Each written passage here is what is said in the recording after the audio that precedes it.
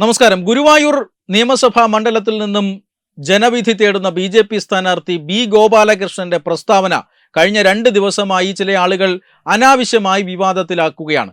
അതായത് ബി. ഗോപാലകൃഷ്ണൻ ഒരു ഹിന്ദു എം.എൽ.എ ഗുരുവായൂർ പോലെയുള്ള ഒരു മണ്ഡലത്തിൽ ഉണ്ടാകേണ്ടതിന്റെ ആവശ്യകത എടുത്തു പറഞ്ഞു എന്നതിന്റെ പേരിലാണ് അദ്ദേഹം ആക്രമിക്കപ്പെടുന്നത്. അദ്ദേഹം മതേതര മൂല്യങ്ങൾ ലംഘിച്ചുവെന്നും അദ്ദേഹം തെരഞ്ഞെടുപ്പ് ചട്ടങ്ങളുടെ ലംഘനം നടത്തിയെന്നുമൊക്കെ പറഞ്ഞ് വലിയ പരാതികൾ ഉയരുകയാണ്.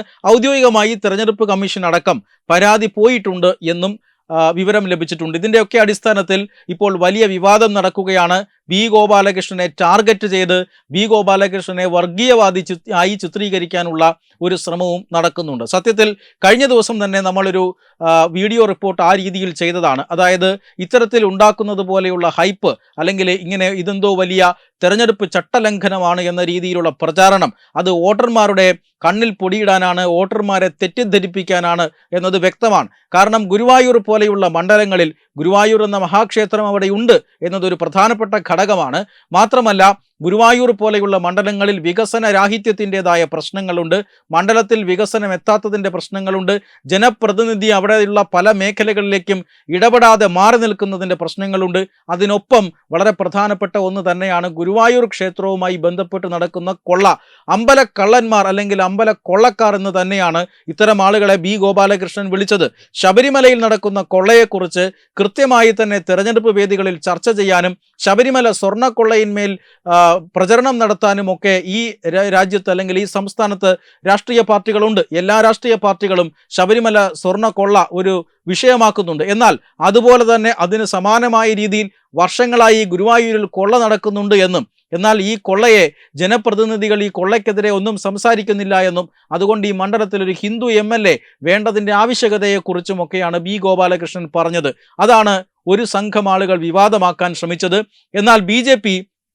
കൃത്യമായി തന്നെ ബി. ഗോപാലകൃഷ്ണന് പിന്തുണ നൽകുകയാണ്. ഒരു വിഭാഗം മാധ്യമങ്ങൾ ഇതിനൊരു ആഖ്യാനം ചമയ്ക്കാൻ ശ്രമിച്ചത് ബി. ഗോപാലകൃഷ്ണൻ ആഗ്രഹിച്ചിരുന്നത് മറ്റൊരു നിയമസഭാ മണ്ഡലമായിരുന്നു.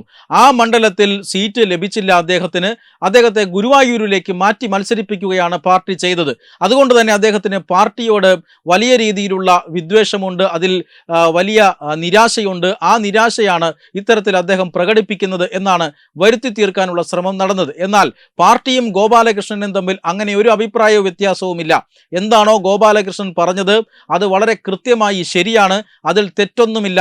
വർഗീയത പറയാനല്ല ശ്രീ ഗോപാലകൃഷ്ണൻ ശ്രമിച്ചത് എന്ന് വളരെ വ്യക്തമായി പാർട്ടി ഇപ്പോൾ നിലപാടെടുത്തിരിക്കുകയാണ്. കഴിഞ്ഞ ദിവസങ്ങളിൽ അങ്ങനെ ഒരു ഉറച്ച നിലപാട് പാർട്ടി സ്വീകരിച്ചിരുന്നില്ല.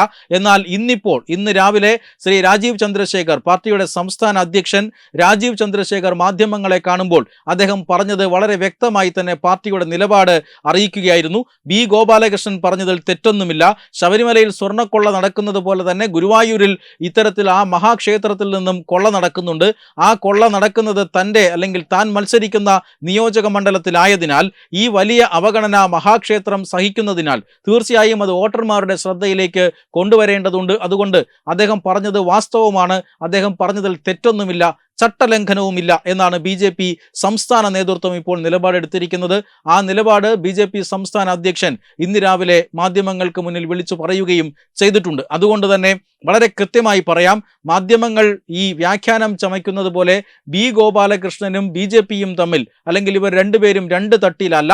തീർച്ചയായും ബി. ഗോപാലകൃഷ്ണന്റെ നിലപാടുകൾക്ക് ശക്തമായ പിന്തുണ പാർട്ടിയിൽ നിന്ന് ലഭിക്കുന്നുണ്ട് എന്ന സൂചനയാണ് ഇന്ന് സംസ്ഥാന അധ്യക്ഷൻ രാജീവ് ചന്ദ്രശേഖർ നൽകിയ പ്രസ്താവന. വെബ് ഡെസ്ക് തത്തുമൈ ന്യൂസ്.